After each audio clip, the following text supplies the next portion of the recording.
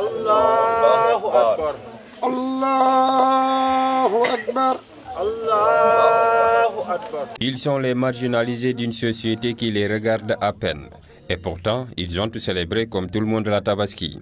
Ils, ce sont les malades mentaux du centre de Tobor. De l'imam aux autres fidèles, tous ont une chose en commun, une maladie mentale qui les a conduits dans ce centre. La prière de la Tabaski a été donc pour ces personnes en situation de handicap mental de manifester leur appartenance à cette société injuste. Que pour dire, les malades mentaux qui sont à Tobor sont des êtres humains, sont des musulmans.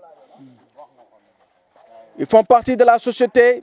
Ils devraient vivre normalement, ils devraient sentir aussi comme être au même pied d'égalité comme les autres. Nous devons les donner de l'amour, de l'estime, de la considération, de la miséricorde, de l'aide, du soutien. Mais on voit que malheureusement, peu de gens de nos jours pensent à ces gens, à ces pauvres gens que sommes nous ici dans le centre de Tobor, dirigé par Serigne Dame Dieng, Ziguinchor. Aujourd'hui, ces malades mentaux vivent dans l'espoir d'un changement de regard de la société.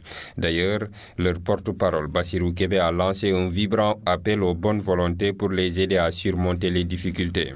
Et nous lançons un appel à l'ensemble des gens qui nous écoutent, à travers les antennes de GMS, Groupe Média du Sud, que nous comptons sur votre soutien pour enfin les malades mentaux du Sénégal, de ce centre et de l'ensemble du monde se souviennent de ce jour, se sentent heureux, se sentent mêlés de ce monde, se sentent citoyens du monde et qu'ils leur donnent leurs droits et leurs devoirs, qui leur permet de vivre normalement en soutenant leurs moyens de vie, en diminuant les médicaments qu'ils prennent, en les subventionnant, non seulement sur le plan de la nourriture, sur le plan du logement, en les facilitant les tâches qui les permettent de se soigner, de vivre et d'être réinsérés enfin dans la société. Avec cette Tabaski, les malades mentaux du centre de Tobor viennent d'administrer une leçon de vie aux populations, mais surtout aux autorités impassibles devant le triste destin de ces personnes malades qui sont pourtant